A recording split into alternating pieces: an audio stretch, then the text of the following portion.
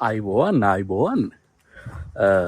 ලංකාවේ ඇපල් ගෙඩියක ගාන කියද මතන දැන් ලොකු ගානක් වෙනවා. ඉතින් අද මට ලංකාවේ ඇපල් ගෙඩියක ගාන මතක් වුණේ මම වෙන වැඩකට ආපු ගමන් අහම්බෙන් එන්න සෙට් වුණා මේ ඇපල් තියෙන වත්තකට.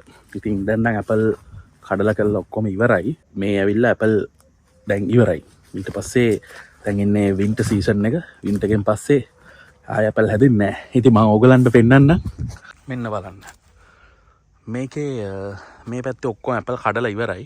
මම හිතන්නේ මේක මේ පැත්ත මේගොල්ලන් ඉතුරු කරලා තියෙනවා කෑමට ගන්න.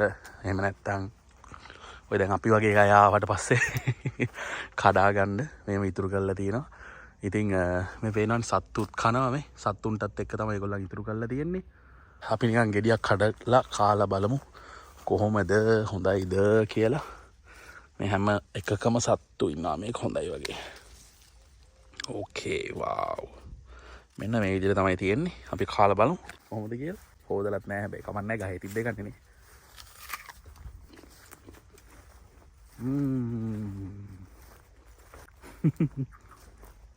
කිසිම ආටිෆිෂල් රහක් නෑ. කිසිම ආටිෆිෂල් රහක් නෑ මේ.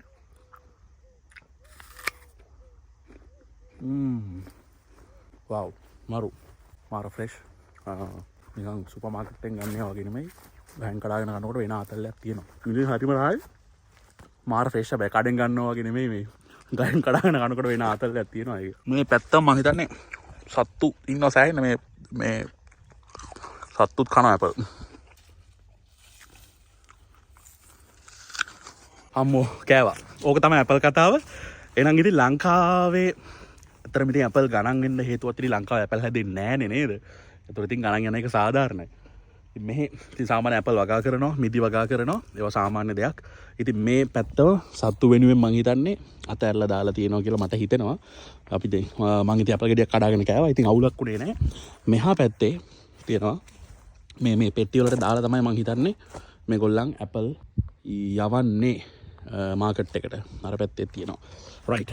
එහෙනම් ඉතින් ඕක තමයි ඇපල් කතාව. ඉතාලියේ ඇපල් වැවෙන කාලෙට ඉතින් සාමාන්‍ය දෙයක්. ඉතින් මේ වගේ දේ වතු තියෙන එක මට ඉතින් ඕගලන්ට කාලා පෙන්නන්න උවමනා කරා. ඉතින් ආයි vlog එකකින් හම්බෙමු. මෙහා ලොකු දෙයක් නෑ මේ vlog එකේ. පොඩි දෙයක් තියෙනවා.